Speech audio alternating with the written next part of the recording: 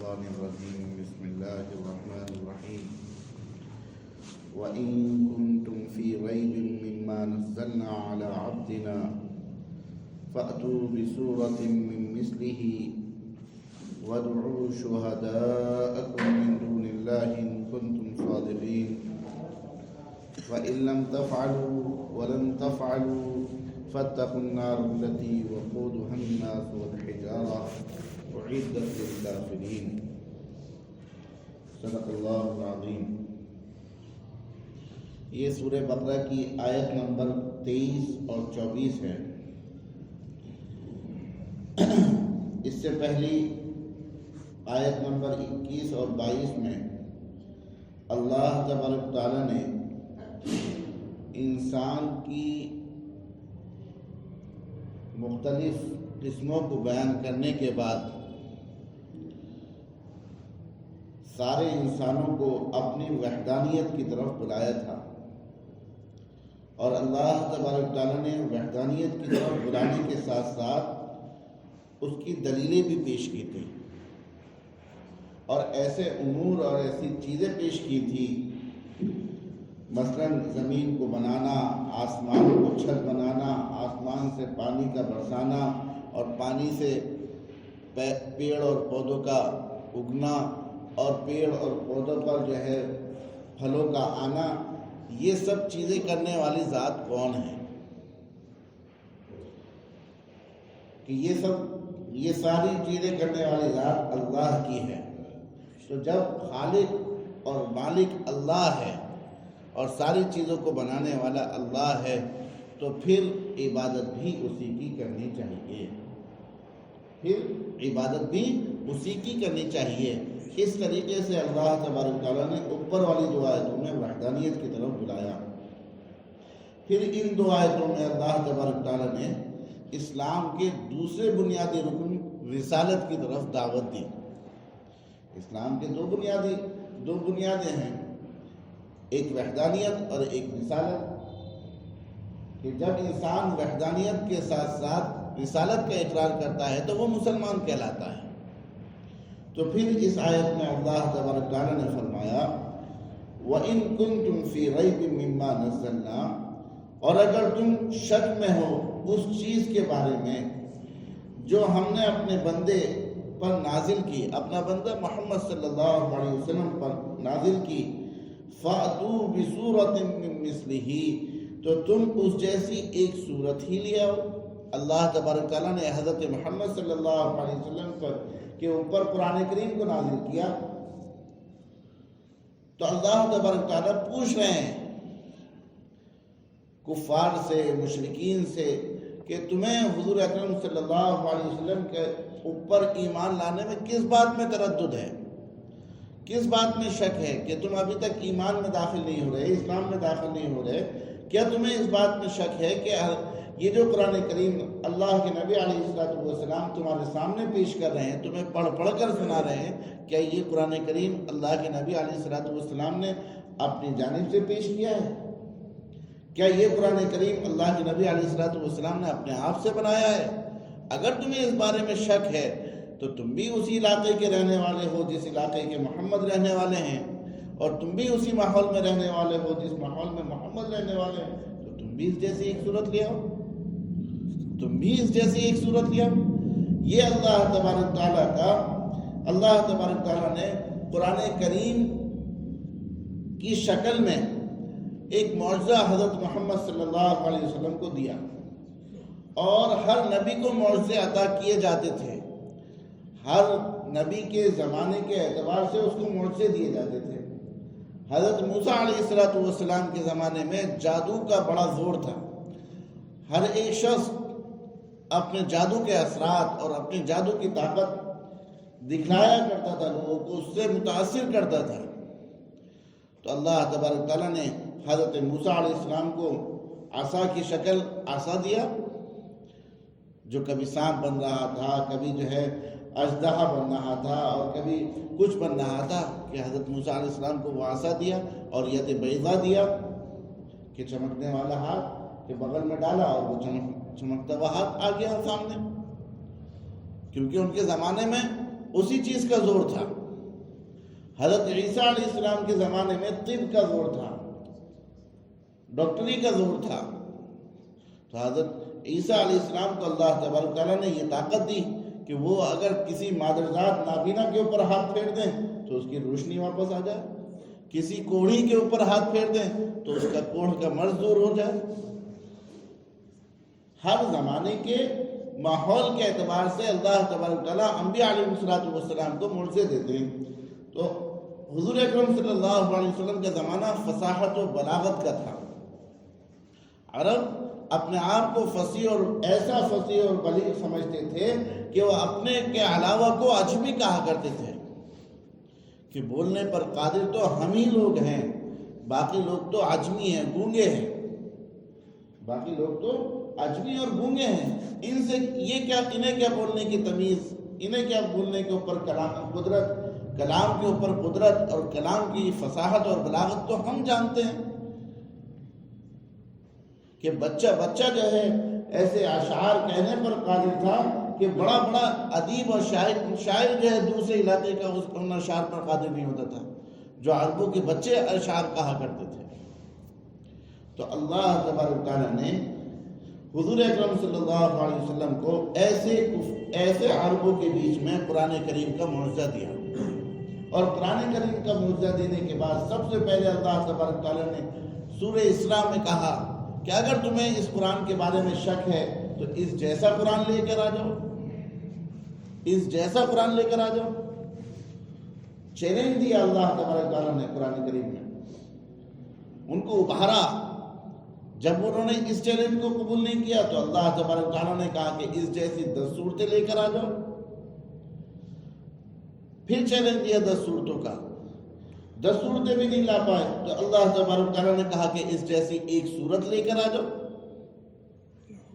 جب 1 صورت لانے پر بھی قادر نہیں ہوئے تو پھر اللہ تبارک تعالیٰ نے فرمایا فَلْيَأْتُوا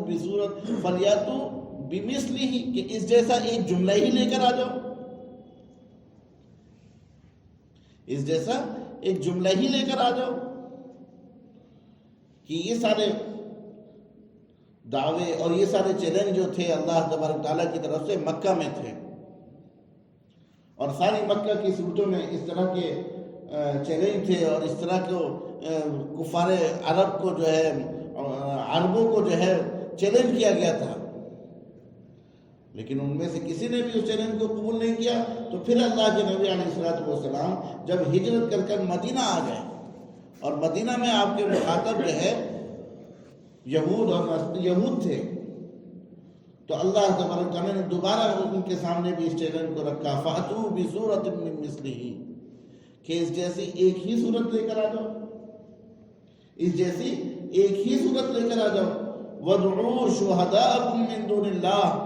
ذہن میں یہ بات آ سکتی ہے کہ ہاں ہم تو نہیں لا سکتے، لیکن ہم کیسے مان لیں کہ ہم نہیں لا رہے تو کوئی بھی نہیں لا سکتا. تو اس ذہن کے ایک اشکال کو بھی دور کرنے کے لیے اللہ تبارک تعالیٰ نے فرمایا اگر تم نہیں لا سکتے تو اپنے ساتھ اللہ کے علاوہ اپنے شریکوں کو بلا لو. وَادْعُوا شُهَدَاءَكُم مِّن دُونِ اللَّهِ اور بلا لو اللہ کے علاوہ اپنے شرکاء کو، اپنے حامیوں کو جو تمہاری اس سلسلے میں مدد کر سکے ایک صورت کے لانے میں. ان کنتم صادقین اگر تم سچے ہو. فَإِن لَّمْ تَفْعَلُوا پھر اللہ تبارک تعالیٰ نے فرمایا کہ تم ہرگز نہیں لا سکتے. وَلَن تَفْعَلُوا اور ہرگز نہیں لا سکتے. وَاتَّقُوا النَّارَ الَّتِي اور جب نہیں لا سکتے اور نہیں قادر ہو سکتے ایسے کلام پر تو اس آگ سے ڈرو، اس جہنم کی آگ سے ڈرو جس کا ایندھن انسان اور پتھر ہیں. اس اللہ سے ڈرو جس اللہ نے جہنم کو بنایا ہے کہ تم اس کے کلام کے اوپر ایمان نہیں لا رہے، تم اس کی نازل کردہ کتاب کے اوپر ایمان نہیں لا رہے، اس کے بتلائے ہوئے راستے کے اوپر تم نہیں چل رہے. تو کم سے کم جو ہے اس اللہ سے ڈرو جس کا ایندھن، اس اللہ سے ڈرو جس نے جہنم بنائی ہے جس کا ایندھن انسان اور پتھر ہیں. اعدت للکافرین جو حقیقت میں کافروں کے لیے تیار کی گئی ہے. تو اس 2 آیتوں میں اللہ تبارک تعالیٰ نے قرآن کریم کی طرف بلایا اور اللہ کے نبی علیہ السلام کی رسالت کی طرف دعوت دی کہ جب ایسا کلام کوئی شخص نہیں پیش کر سکتا تو یقیناً ایسا کلام حضور اکرم صلی اللہ علیہ وسلم کے پاس اللہ ہی کی جانب سے آتا ہے، اللہ ہی کی جانب سے آتا ہے۔ اور جب یہ کلام اللہ کی جانب سے آتا ہے تو پھر تم حضور اکرم صلی اللہ علیہ وسلم کو اللہ کا بندہ اور رسول کیوں نہیں مان رہے، ان کے اوپر ایمان کیوں نہیں لے کر آ رہے؟ کہ یہ ایسا چیلنج تھا، ایسے لوگوں کے درمیان میں یہ چیلنج تھا کہ جو اپنے آپ کو جو ہے کلام کے اوپر قادر سمجھتے تھے، اور جن لوگوں نے اللہ کے نبی علیہ الصلوۃ والسلام کے دین کو اور آپ کو ختم کرنے کے لیے حتی ممکن کوشش کی، ہر ممکن کوشش کی، کہ اولاً ان لوگوں نے حضور اکرم صلی اللہ علیہ وسلم کے اوپر جو لوگ ایمان لاتے تھے ان کو ستانا شروع کیا، ان کو تکلیفیں پہنچانی شروع کی، ان کو ڈرانا اور دھمکانا شروع کیا، تاکہ یہ لوگ حضور اکرم صلی اللہ علیہ وسلم کے اوپر ایمان لانے میں گھبرائیں اور آپ کے اوپر ایمان سے پھر جائیں اور وہ ہمارے عقیدے پر شامل ہو جائیں۔ لیکن جب دیکھا کہ کوئی بھی شخص اس میں کامیاب نہیں ہو رہا تو پھر ان لوگوں نے حضور اکرم صلی اللہ علیہ وسلم کو لالچ دیا کہ اگر آپ یہ چاہتے ہیں کہ ہم سب آپ کو اپنا آقا اور سردار مان لیں تو ہم تیار ہیں، اور اگر آپ مال چاہتے ہیں تو ہم آپ کے لیے مال اکٹھا کرنے کے لیے تیار ہیں، اگر آپ حسین اور نوجوان لڑکیوں سے شادی کرنا چاہتے ہیں تو ہم مکہ کی بہترین حسین اور بہترین نوجوان لڑکیوں کو آپ کے سامنے پیش کرنے کے لیے تیار ہیں۔ لیکن آپ اس دین سے باز آ گئی ہیں کہ جب انہیں اس سلسلے میں اللہ کے نبی علیہ الصلوۃ والسلام کے پاس بات کرنے کے لیے گئے تو اللہ کے نبی علیہ الصلوۃ والسلام نے اس کے مقابلے میں کوئی جواب نہیں دیا، بس کچھ آیتیں اللہ کے نبی علیہ الصلوۃ والسلام نے ان کو پڑھ کر سنا دی، جس سے وہ مدہوش ہو گئے، وہ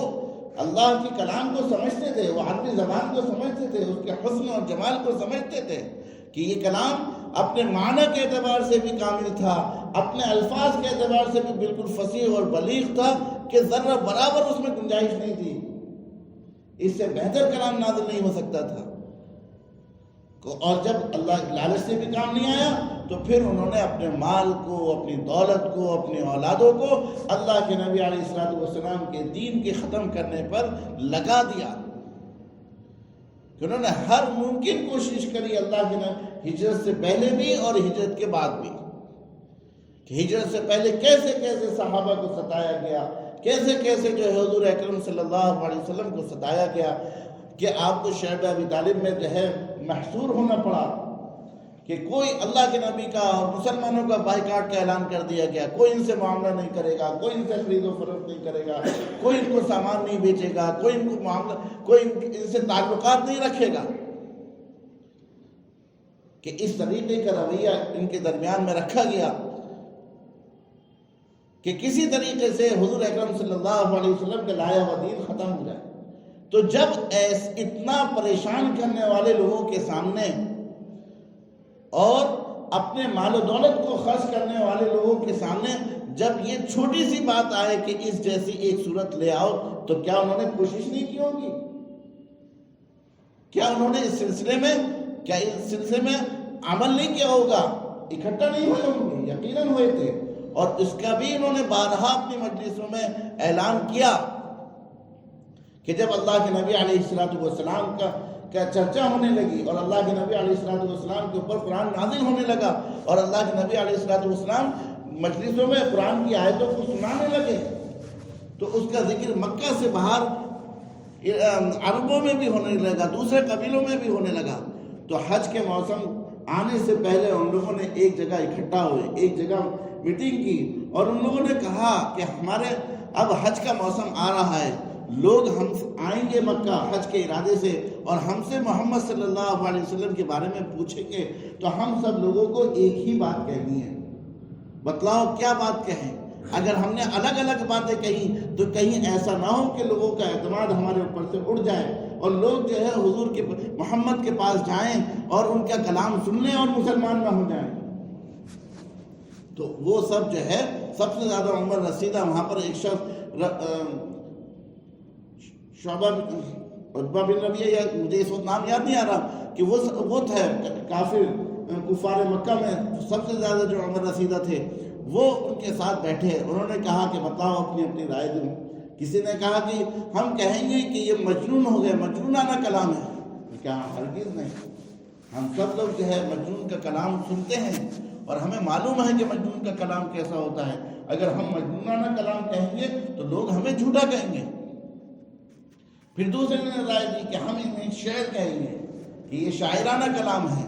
تو انہوں نے کہا کہ نہیں، ہرگز نہیں۔ شعر کو تم سب لوگ خوب جانتے ہو، میں بھی خوب جانتا ہوں، یہ شاعری والا کلام نہیں ہے۔ شاعری والے کلام کو تو سب سمجھتے ہیں، اس میں بھی تم سب لوگ جو ہے جھوٹے قرار دیے جاؤ گے۔ پھر کسی نے کہا کہ یہ کاہنوں والا کلام ہے، ہم ان کو کاہن کہیں گے، تو انہوں نے کہا کہ کاہن کی باتیں تو ہم سب سنتے رہتے ہیں، وہ تو اول فول وقت ادھر ادھر کی باتیں ہوتی ہیں، کوئی مرتب کلام نہیں ہوتا، کاہن کی بات بھی کہیں گے تو لوگ جو ہے ہم سے بدک جائیں گے۔ تو ان سب نے کہا کہ اچھا آپ ہی بتا دیجئے کہ کیا کہیں۔ تو انہوں نے کہا کہ میں سوچ کے بتاؤں گا، اور پھر انہوں نے بہت سوچ سمجھنے کے بعد کہا کہ ہم کہیں گے کہ یہ ساحر ہے، یہ جادوگر ہے، کہ یہ ایسا کلام پیش کرتا ہے جو بھائی بھائی میں تفریق کر دیتا ہے، میاں بیوی میں تفریق کر دیتا ہے، خاندان والوں میں تفریق کر دیتا ہے۔ اور صحیح بات تو یہ ہے کہ یہ وہ کلام بھی نہیں ہے۔ انہوں نے اس بات کے آخر میں تصدیق کری کہ نضر بن حارث بہت بڑے خطیب تھے عربوں کے۔ انہوں نے کہا کہ دیکھو، ہم میں کا ایک جوان جسے ہم صادق اور امین کہتے تھے، وہ ہم میں ہی بڑا ہوا اور بے مثال کلام ہمارے سامنے پیش کرنے لگا تو ہم اسے بدکنے لگے۔ اور انہوں نے کہا عربوں کو مخاطب کر کے کب تک ان سے بدکتے رہو گے؟ کوئی صحیح بات ان کے سلسلے میں سوچو، کوئی صحیح بات ان کے سلسلے میں سوچو۔ تو یہ ان کی اپنی نجی مجلسوں میں ان کا اعتراف تھا کہ یہ ایسا کلام ہے جس کی نظیر ہم نہیں پیش کر سکتے۔ اس کے باوجود وہ حضور اکرم صلی اللہ علیہ وسلم کے اوپر ایمان نہیں لاتے تھے۔ اللہ تبارک تعالیٰ کے سنت صلی اللہ علیہ وسلم کی توفیق نصیب فرمائے۔ انشاءاللہ آئندہ مجلس میں قرآن کے اعجاز کی جو صورتیں ہیں ان کو مختصراً پیش کریں گے۔ اللہ تبارک تعالیٰ ہم سب کو کہنے